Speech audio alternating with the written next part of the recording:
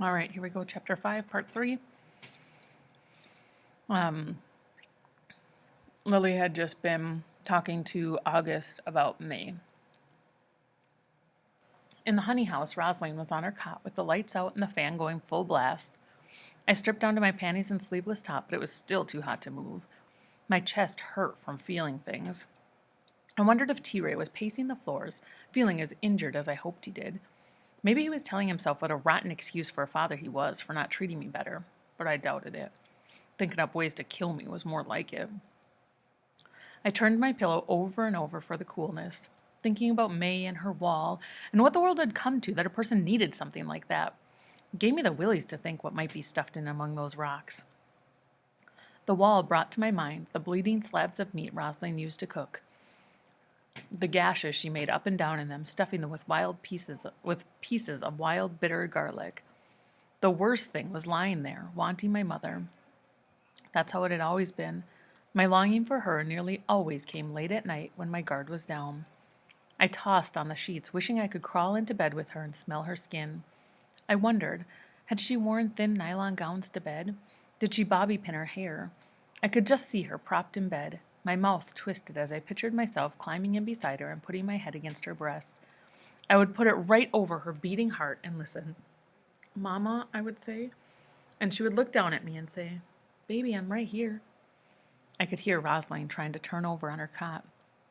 "You awake?" I said. "Who can sleep in this oven?" she said.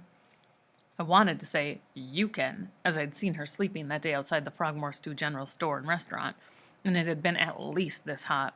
She had a fresh Band-Aid on her forehead. Earlier, August had boiled tweezers and fingernail scissors in a pot on the stove and used them to pluck out Rosalind's stitches. "How's your head?" "My head is just fine." The words came out like stiff little jabs in the air. "Are you mad or something?"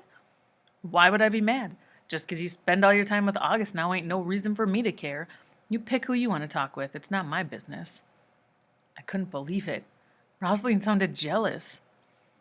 "I don't spend all my time with her." "Pretty much," she said. "Well, what do you expect? I work in the honey house with her. I have to spend time with her." "What about tonight? You out there working on the honey, sitting on the lawn?" "We were just talking." "Yeah, I know," she said, and then she rolled toward the wall, turning her back into a great hump of silence. "Rosalind, don't act like that. August might know things about my mother." She raised up on her elbow and looked at me. "Lily, your mama's gone," she said softly, "and she ain't coming back." I sat straight up. "How do you know she isn't alive right in this town? T-Ray could have lied about her being dead just like he lied about her leaving me." "Oh, Lily girl, you got to stop all this." "I feel her here," I said. "She's been here. I know it." Maybe she was. I can't say. I just know some things are better left alone. "What do you mean? That I shouldn't find out what I can about my own mother?" "What if," she paused and rubbed the back of her neck, "what if you find out something you don't want to know?" What I heard her say was, "Your mother left you, Lily. Let it alone." I wanted to yell how stupid she was, but the words bunched in my throat. I started hiccuping instead. "You think T-Ray was telling me the truth about her leaving me, don't you?" "I don't have any idea about that," Rosalind said. "I just don't want you getting yourself hurt." I lay back on the bed. In the silence, my hiccups ricocheted around the room. "Hold your breath, pat your head, and rub your tummy," Rosalind said. I ignored her. Eventually, I heard her breathing shift to a deeper place. I pulled out my shorts and sandals and crept to the desk where August filled honey orders. I tore a piece of paper from a tablet and wrote my mother's name on it, Deborah Owens.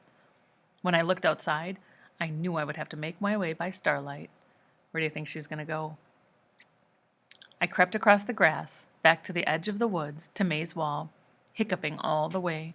Placing my hands on the stones, all I wanted was not to ache so much. I wanted to let go of my feelings for a little while, to pull in my moat bridge. I pressed the paper with her name into a cranny that seemed right for her, giving her to the wailing wall. Somewhere along the way, my hiccups disappeared. I sat on the ground with my back against the stones and my head tilted back so I could see the stars with all the spy satellites mixed in. Maybe one of them was taking my picture this very minute.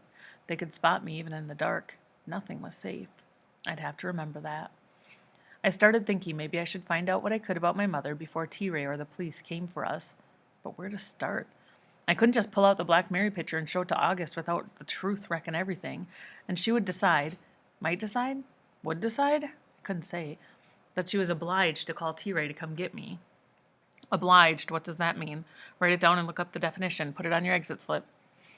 And if she knew that Rosalind was a true fugitive, wouldn't she have to call the police? The night seemed like an ink blot I had to figure out. I sat there and studied the darkness, trying to see through it to some sliver of light.